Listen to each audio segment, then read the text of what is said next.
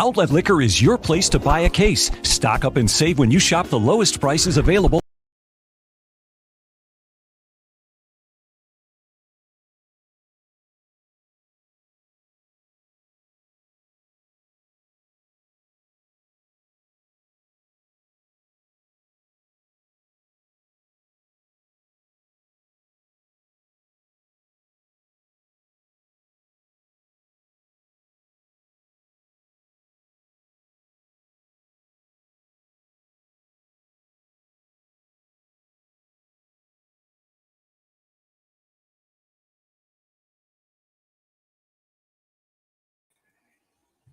Folks, how we doing? Happy Monday. This is a brand new episode of Degenerate Danger Zone. I'm Slick L, joined by your friend Jake Micah as we look at this upcoming Game 4 Eastern Conference Finals, Celtics versus the Miami Heat, and a couple NHL playoff games, one of which is underway.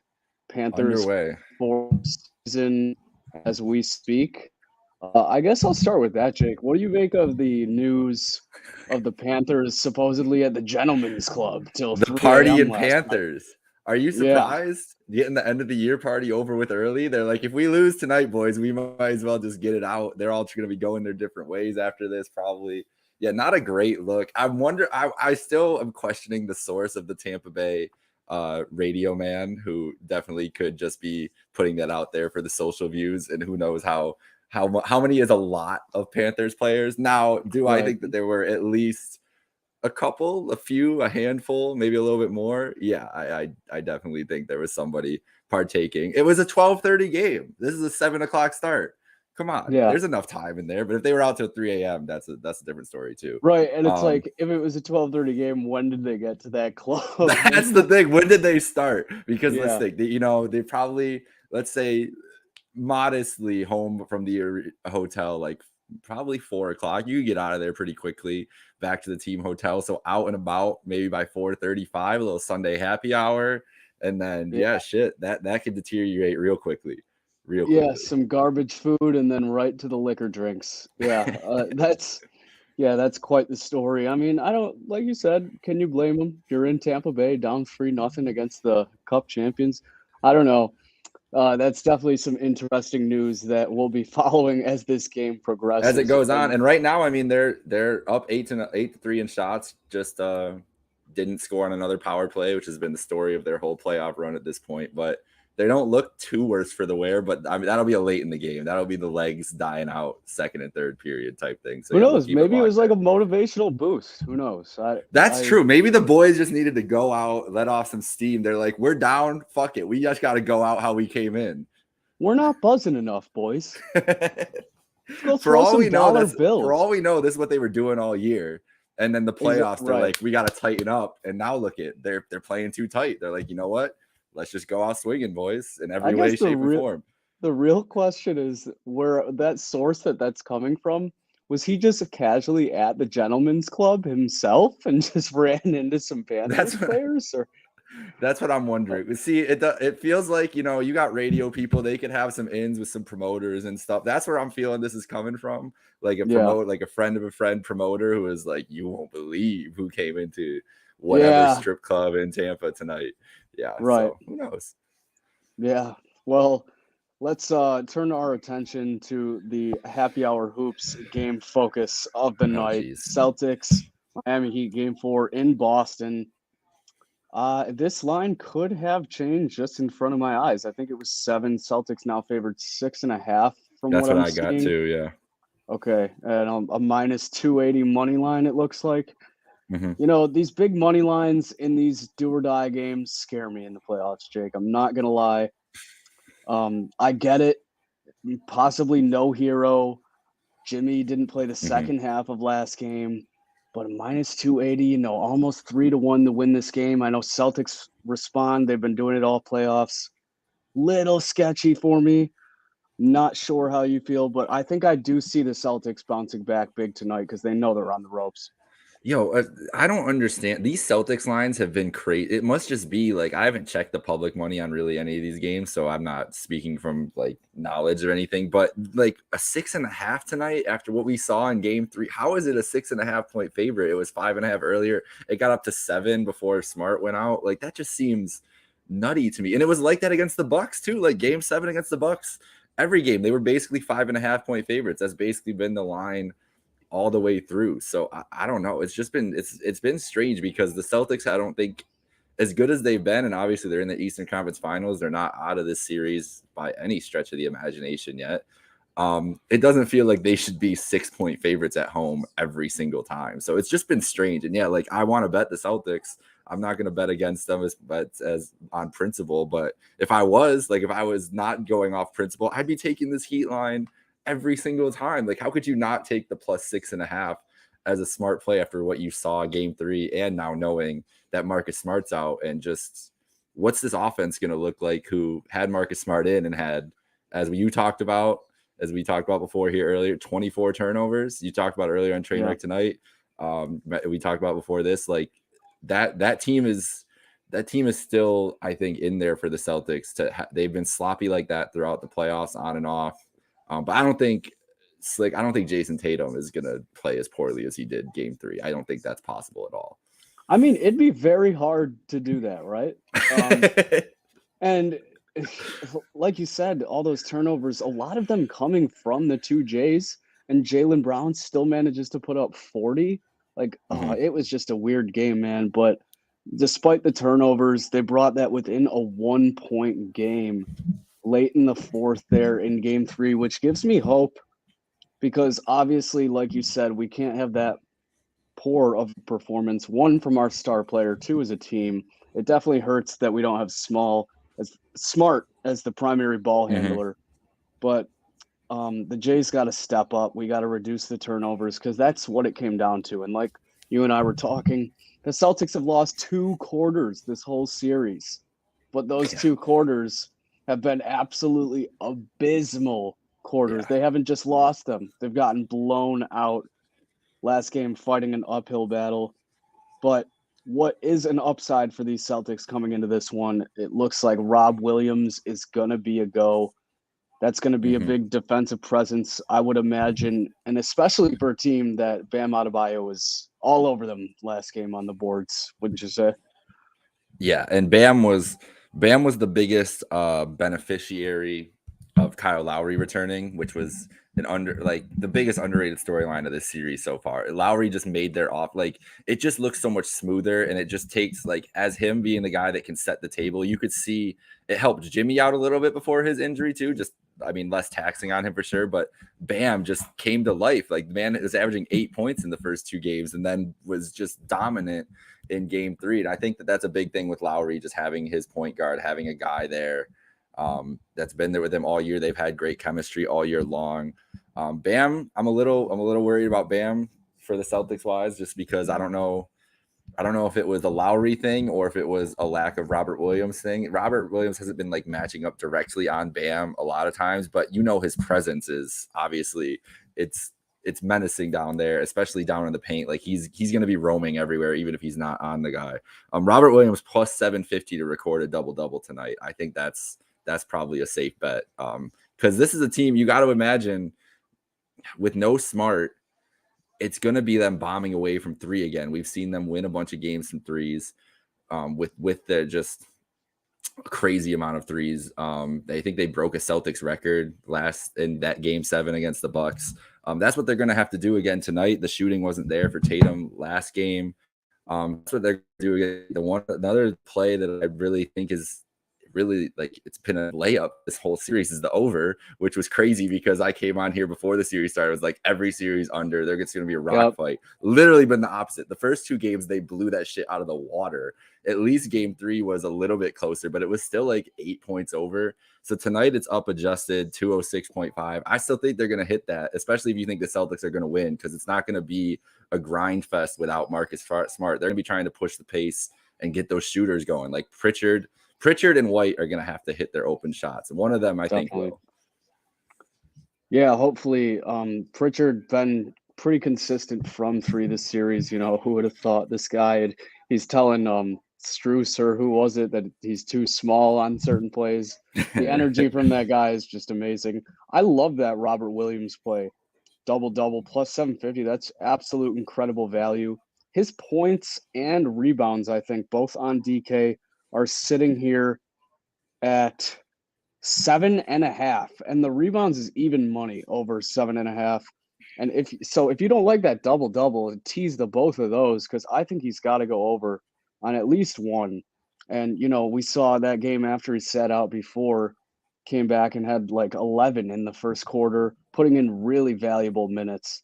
And I think, yeah, he's got to have a big game tonight. Grant Williams, I've loved his over points all playoffs, really, and it jumped from an 8.5 to a 9.5 now that Marcus Smart has been declared out.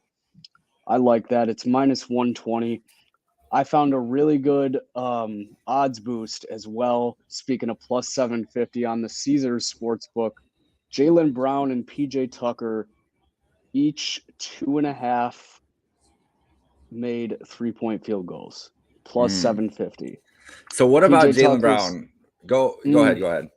I was just going to say PJ Tucker's always been a knockdown shooter when they need him most, corner threes. And but I guess that is the discussion. What were you going to ask? Jalen Brown's a hot topic. Which Jalen Brown's going to show up, bro? Right. Because he had like 30. What did he end up with? 35, 36, something like that. I think he had 40. Did he get to 40? Yeah, you're right. He did. He got to a 40 ball game 3, obviously in a losing effort. But it feels like this series, it's literally been one game on, one game off. The Jalen Brown experience. That's the Jalen Brown experience to begin with. He's a streaky guy, and then when he's cold, it's ugly. But the things I was worried about him was like, and especially with Smart out now too, the ball handling I think he had 7 turnovers or 6 turnovers himself. He got ripped by Victor Oladipo. I think he had 7 turnovers in a quarter, or maybe that was Tatum the other day too, whatever. He got ripped by Oladipo a couple different times. Just sloppy play all around from the team, but very especially sloppy from him in a game where he was cooking. So he needs to be consistent. They need a game. One of these games has to turn into the Jays game again, where they're both scoring 30.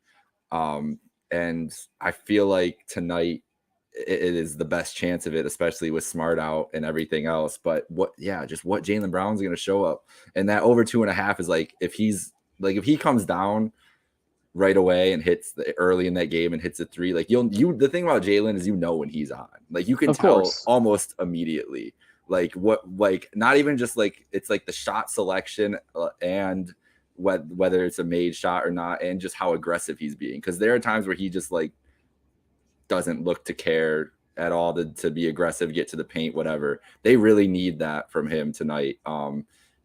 Somebody's got to keep the energy going with Smart, and that I always look to Jalen as that guy. Yeah, definitely can't be careless with the ball, and it's not. It was a combination of carelessness, I feel like, and Miami stepping up on the defensive end, which they hadn't done prior to that. And if Jalen can put up 40 with that sloppy ball handling, I saw a tweet that was like, Jalen Brown might be the best player in the NBA that doesn't know how to dribble. And after that game, as much as I love Jalen, it was pretty accurate after that game. But I'm not going to give my man Jalen any slack. I think you're right. I think we need a big Jays game.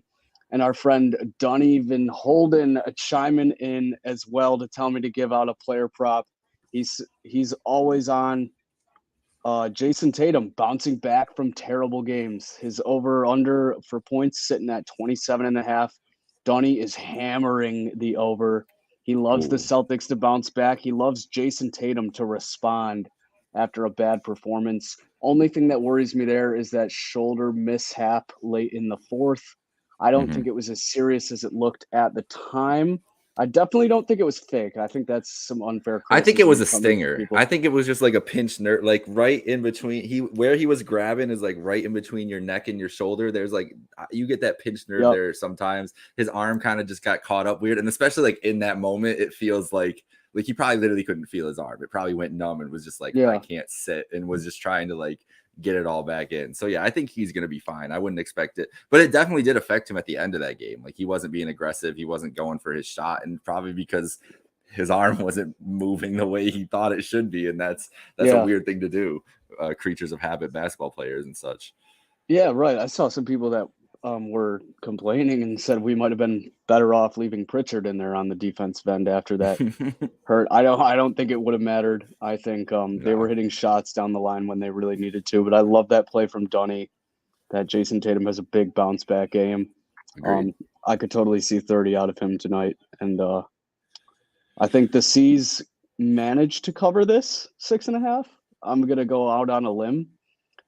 Maybe some garbage time free throws, intentional fouls to cover it. And like you said, after we thought the under would be dominant in this series, we've gone over almost every time, and that also came in garbage time last game as well. How do you see the spread and over-under potentially playing here? So everything in me wants to just like go against tendency and still go under again here. So I think that's what I'm going to do.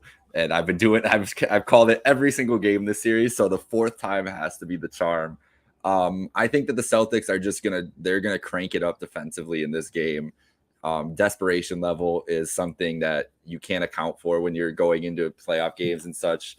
But this series, it's kind of flowing back and forth like that Celtics-Bucks series did. And so I think that the Celtics are going to get to play their game tonight.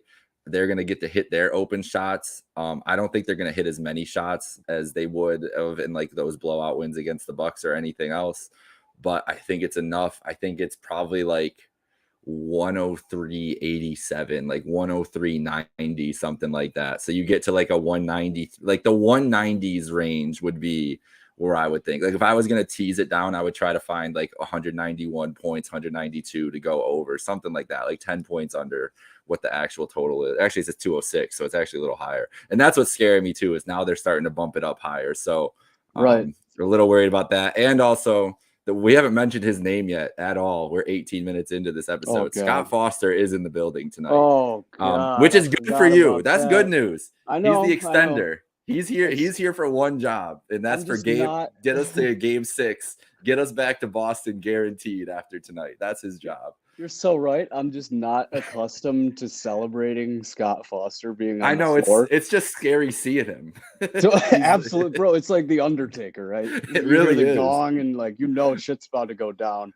Same with I can't wait for ESPN to have him mic'd up again. That was the most ridiculous thing. The last time he was out there, it was like, we've got Scott Foster mic'd up. I'm like, really? You got Scott Foster mic'd up? Like they know, the league know. This man is like, you talk about, you got Giannis, Luka, Steph, LeBron, Scott. Like that's our top 5. God. That's the 5. Those are the stars. He's putting up MVP numbers. If anyone's going to get this inaugural Larry Bird Award, it's Scott Foster in this series.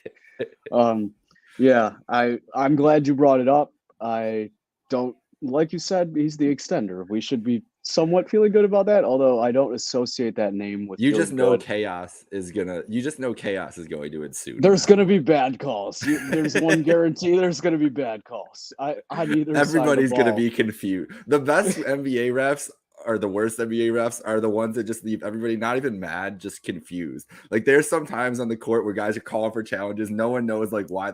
Last night's a perfect example when Andrew Wiggins dunked all over Luka, and we're looking at a review and everybody's like, what are we doing? Like the look on Steve Kerr's face, they got him the one shot and it was just Steve Kerr was laughing. Disbelief. He was like, what are we doing here? He's like, are you serious? Offensive foul? NBA refs are the bane of my existence, bro. I swear, like challenges in basketball, reviews in basketball, reviews in any sport. This is my soapbox. 60 seconds. If you can't tell in a minute or 90 seconds, then we shouldn't be looking at it anymore. That is not clear enough, or you're just doing too much. But anyways, so there's going to be some 20-minute review from Scott Foster tonight for sure on a block charge in the second quarter. Over under 7 minutes. First foul. They take a look Hammer at the over. Okay, I like that because we've been seeing a lot of damn review. Okay, that's fair. I like that for sure. I guess my emotions have said enough, and the plays are there. Mostly player props. Focusing on the Celtics from us too tonight. It looks like big bounce back game, like they've continued to do these playoffs when their backs are against the wall. So I guess we shall now jump to the NHL where we have this game underway that we were talking about at the beginning of the show. It is the first intermission break, and we have a tie game at 0 in the Battle of Florida. Any inkling do you see how this is playing out? Currently a bit more than a pick 'em. Tampa Bay just favored a little bit at a -120 for the rest of the game. I mean, I'm riding or dying with the Panthers at this point. I really don't think that I don't pick any teams to get swept. Like it's really hard to pull off sweeps in any sport for me, so I'm not about it. I think they're done after this, no matter what happens. And it's been a shock to me, honestly. I thought this team was just better equipped, and they're just not. Like they had too much trouble with the Caps to give me a lot of confidence coming into this series. And you just see Tampa. Like Tampa is a team that is just built for playoff hockey, smart defensive team, just a smart hockey team. Florida is like, I don't even know what to compare them to. They're like the old Phoenix Suns, if we're going back to NBA, where they like got into the playoffs and just got shit on every year because they play so aggressive, they play so fast paced, they try to just hit you really on rushes a lot and everything else, and that just don't cut it. And so the smart money is just bet Tampa no matter what.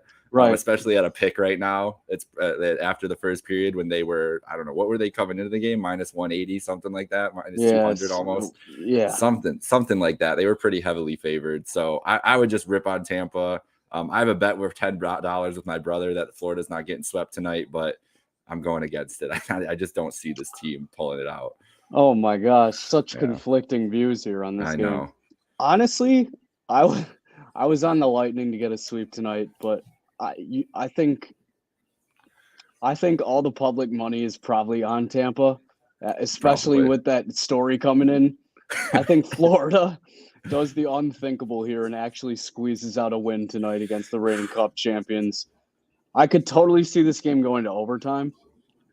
The over-under is currently sitting at 4. That's crazy. I don't know about that. I think that goes over. It's a little favored. I think it does go over just because you do have a scoreless first period. These teams are just too good. But something's got to happen with Vasilevsky. He's got to let in some garbage goals if Florida's going to win this game. Or is this dude just like the greatest playoff goalie of all time, which is possible as well. Like he's put on so many incredible performances. That's the thing. He is like just with Vasilevsky now, like I'm just so scared of betting against. I'm going to be scared against betting against Tampa if they eventually win this series. Most likely, we assume that. Obviously, up 3-0. Even in Carolina, like, what's the best way to go win in the hardest building probably left in the field is have just a goalie who's going to stand on his head. He's going to steal you. He's going to steal a game in Carolina, New York, whatever. Like that's gonna happen too. Vasilevsky is just a treasure. Like you just appreciate watching him because I don't know. There's not a goalie even close to him in the league right now, and I don't know when we'll see another one like him. No, it's beautiful to watch. It's like you said, it's a thing of beauty. He's levels above all the others, but something's got to give. You know, if Florida's gonna get a game here, something's got to give.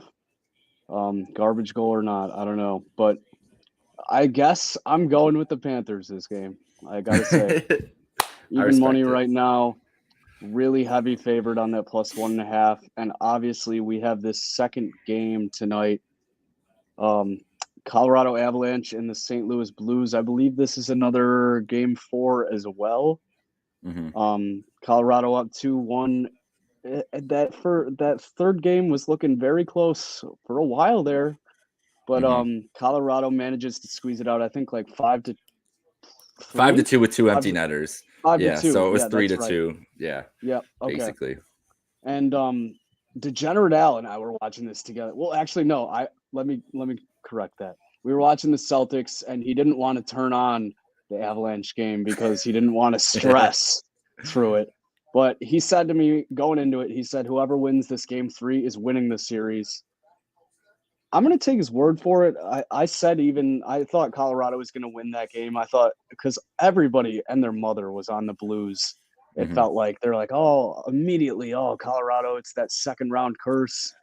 They're not the team that we thought they were again. No, I think they had a real prove it game.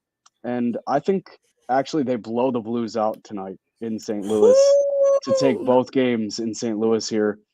-1.5 plus 160. I love that value. Mm-hmm. I think Colorado has a exclamation point on the prove it game here. Yeah, so we're gonna be exactly opposite here because I think St. Louis is pulling this off and tying it back up, going to Denver. I've been on our round table we had last week. I was the only one I think that was high on the Blues in this series, just thinking that I don't think they're winning this series. Let's start there. No shot. Like I think they win tonight. If they get it, if they got the win tonight, got 2-2, they're done in 6. Maybe they can pull some craziness off in game 6 and force a 7. But if they go back to there's no shot. I think it would be over in 6. I think I picked 6 before the series anyways. But I think that the Blues are the best test that they like. I don't think the Flames and the Oilers are going to give them as much of a test as the Blues are right now. I've thought that going into the series, and the way that the Oilers and Flames look like the most inconsistent hockey teams in the world right now. Like the Oilers come out in that game 1, the chaos of that, and it didn't even end up that bad. Like the score just looks crazy, but it's a 3-goal loss. There was an empty netter in there, so really like a 2-goal. Like it's not that bad. And then they've come out firing. The Flames are going to come back, answer back. That series just so emotionally charged. Obviously, the huge rivalry, Battle of Alberta. These teams hate each other. Now we've got more Lucic action. Sabres fans, we all know about Lucic hitting goalies. So that just adds another wrinkle into the drama that's going to be in that series. So I think those teams are just going to be exhausted mentally, physically after this series. So Colorado, this is their grind for me. And I think that St. Louis just matches up really well with them. Like St. Louis, I don't know, man. I just really like the St. Louis team this year. I've liked them all year long. They're just a gritty team. I think they've got just enough skill to get by, but they're just solid. They're just balanced everywhere. Like solid decor, a really good forward group. I mean, Ryan O'Reilly is your number 1 center. You really can't go wrong with that, especially matching up with the firepower that they're going against. There's nobody else you'd rather have. And the goaltending's been solid so far. So yeah, I'm going for the upset tonight. I think the Blues tie it up. There's panic abound in Degenerate Al's mind there, thinking about Colorado, and then they'll clean it up by the weekend and move on to the Western Conference Finals. You said it perfectly. The St. Louis team is just so gritty, and I think they have a defensive presence that Colorado just hasn't seen yet. Mm-hmm. Is Binnington playing? It's a great question. I haven't seen any yet today. Obviously, that would be a huge development. Let's see here. Binnington injury is the first thing that pops up. Not a good idea. Nothing as of right now that I see here. So I would assume that's probably good news for them. I would say so. If we haven't seen updates, but yeah, I don't think that there's any injury report or injuries saying that he's out at the moment. So yeah. Okay. Well, I know I said prior to the series too, the Blues were going to shock a lot of people, and this might go 6. I'm going to stick with my prediction. I think Colorado is going to get a big win. I think they're in Binnington's head. If he does play, they get a big win. Sure. But I think you're totally right. If St. Louis wants a chance still in this series, they have to win this game. Yeah. Or else it's very. This is the kitchen sink game. This is the kitchen sink game. Like they got to throw everything at the wall. Like you go down. Exactly. You go there 3-1. It's basically over. Like this is your game 7, and that's why I love game 4s. Like game 4s are in any sport. It's my favorite. Besides a game 7, like a game 4 is so pivotal. Like you got a 3-0 series, obviously pivotal. One team facing elimination, but the 2-1s, like. The series can just go so many different directions out of that game 4, depending on how coming out of the game 4, depending on how it goes. So yeah, it's a great night. Like, and this whole week, like you think game 4's tonight, game 4's tomorrow, and then just onward. Like we're going to have game 7s probably this weekend, at least a couple, you would think, hopefully.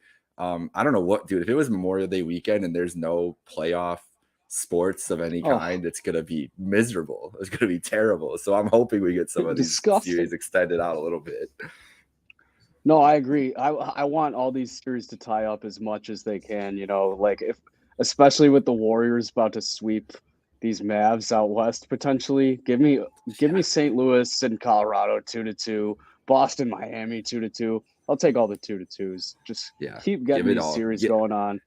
At least get us to game 6. That's all we're asking. Yes. Then you can do whatever you guys need to do. But we need whatever. We need Scott Foster in St. Louis tonight is what we need. He's double duty on Scott Foster. Oh my God. Can you imagine? He'd be calling charges left and right on the ice. Holy shit. If they reffed NHL games like they do NBA games, could you like imagine just one team having like 10 like hooking penalties and like just stick penalties the whole game, and one team's got like 2 penalties, nothing, like just brutal. All I'm gonna say is Lucic would be gone the rest of the playoffs after last night. It'd be like a flagrant 4 on Lucic. They'd be like, "You're done, buddy. No more playoffs for you." Lucic is literally Draymond Green. Gosh. Yeah, that's what he is. He literally is. I couldn't have said it better. Without further ado, I guess we'll get back to this hockey game as first intermission's about to be over. Half an hour till tip-off in the basketball. How you feeling, Slick? You got half an hour. What's your vibes like before we go? I'm a little antsy. Yeah, but I'm confident in the bounce back. I'm not gonna lie, man. As a Celtics fan, I've been hard on them when they played a pathetic game, and I've learned my lesson. You know, I said the Milwaukee series was over after we lost Game 5. You did. And they slapped me in the face and proved me wrong. So I've learned my lesson. I'm antsy, but I think maybe that's what we need from you. We need you to come in. The Celtics go down by like 5 points, and you need to just send a text to everybody and be like, "This game's fucking done," and then turn it right around. Oh gosh, it's almost like they got me mic'd up in Boston somehow. I don't know. I don't even want to think about them being down like 10 in this game again. That building. It was so great Saturday night too, which was the worst part of why like having that first quarter be as terrible because they wanted to get going. Yeah. Oh my God, bro. Oh my God, dude. We bring in our wrestling. You talk about Warrior Pop. That was it. That was Road Warrior. It was like the Stone Cold glass shatter. It was, and then you just see Marcus Smart run. I see my conspiracy hat on, put it on. I think they both did that. They both knew they were coming back in that game no matter what, and just walked to the locker room just to be like, let's get the crowd into this. Let's get them going. Get a little bit of buzz. Get the Smart home court on there. Good idea. My favorite part of the Smart one too was on they showed Marcus Smart in the hallway outside the locker room on the Jumbotron. It was like Goldberg, bro. Yeah. They're literally like watching him walking out of dude. So they had everyone on their feet before he was even in the tunnel. Oh my God. Mike Breed's like, they're showing him on the screen. I'm like, this is crazy. My God, it's Marcus Smart. Unreal. Exactly. Maybe that's what he's about to do tonight. Maybe this is all just a ploy, and then starting lineups come out. And they're just saving for the last. And he has his warm-ups on, and then he just rips it over. Yeah.